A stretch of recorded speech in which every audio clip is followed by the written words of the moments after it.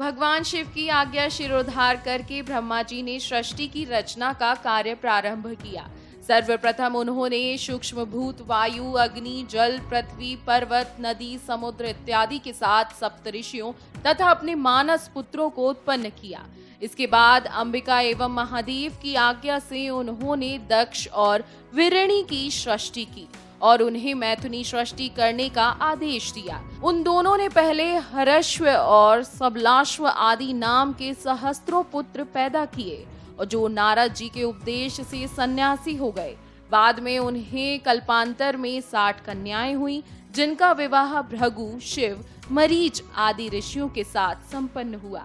ब्रह्मा जी की आराधना से संतुष्ट होकर परमेश्वर शंभु की आदि शक्ति सती देवी के लोक हित का कार्य संपादित करने के लिए दक्ष के यहाँ अवतार लिया। पुत्री का मनोहर मुख देखकर सबको बड़ी प्रसन्नता हुई। पुत्री हो जाने पर दक्ष ने ब्राह्मणों तथा याचकों को दान मान से संतुष्ट किया। भांति भांति के मंगल आयोजन के साथ नृत्य और गान के सुंदर आयोजन किए गए। दक्ष के महल में जैसे खुशियों का साम्राज्य ही उतर आया हो। देवताओं ने पुष्प वर्षा की। दक्ष ने अपनी उस दिव्य कन्या का नाम उमा रखा। परमेश्वर शिव की अभिन्न स्वरूपा होने के कारण वे बाल अवस्था से ही उनके ध्यान में निमग्न रहती थीं। एक दिन देवश्री नारद और पितामह ब्रह्मा जी उस अद्भुत बालिका के दर्शन की इच्छा से दक्ष के यहाँ आए। ब्रह्मा जी ने भगवती सती से कहा, जो केवल तुम्हें ही चाहते हैं और तुम्हारे मन में भी जिनको पति रूप में प्राप्त करने की अभिलाषा है, उन्हीं महादेव जी की तुम्हें तपस्या करनी चाहिए। ऐसा कहकर ब्रह्मा जी देवश्री नारद के साथ अपने लोक को चले गए। युवावस्था में प्रवेश करते ही भगवती सती अपनी माता विरणी से अनुमति लेकर महेश्वर शिव को पति रूप में प्राप्त करने के लिए कठोर तपस्या करने लगी।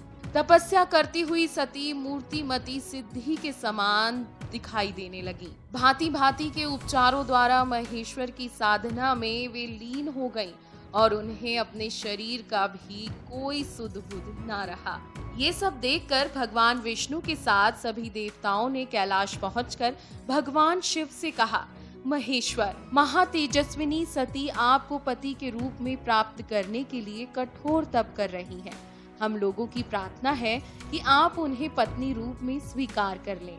देवताओं की प्रार्थना सुनकर भगवान महादेव सती के समक्ष प्रकट हो गए। उनकी अंग क्रांति कठोर कामदेवों को लज्जित कर रही थी। भगवती सती ने सौंदर्य के धाम महेश्वर शिव की वंदना की। उस समय उनका मुख नारी सुलभ लज्जा के कारण झुका हुआ था। महादेव जी ने कहा, उत्तम व्रत का पालन करने वाली सती, मैं तुम पर परम प्रसन्न हूँ, इसलिए तुम इच्छा अनुसार वर मांगो, शुभे तुम्हारा कल्याण हो। सती बोली, हे प्रभु, यदि आप मुझसे सचमुच प्रसन्न हैं, तो आप वैवाहिक विधि से मेरे साथ शादी कर मुझ दासी को कृतार्थ करें। भगवान शिव ने कहा, जैसा तुम चाहती हो ऐसा ही हो। यह कहकर परमेश्वर शिव अंतर्धान हो गए। इन सब के बाद शुभ लग्न और मुहूर्त में प्रजापति दक्ष ने हर्ष पूर्वक अपनी पुत्री सती का हाथ महादेव के हाथों में दे दिया। महेश्वर शिव को अपनी कन्या प्रदान करके दक्ष कृतार्थ हो गए। समस्त देवताओं और ऋषि मुनियों की आनंद की सीमा ही न रही। विवाह के बाद महादेव और सती राजा दक्ष से विदा लेकर कैलाश लौट आए। समस्त संसार सती और शिव के इस दिव्य मिलन से आनंदित हो गया और चारों तरफ शिव और सती की जय जयकार होने लगी। अगर आपको हमारा ये वीडियो पसंद आया हो तो हमारे चैनल जीवांजलि को सब्सक्राइब करें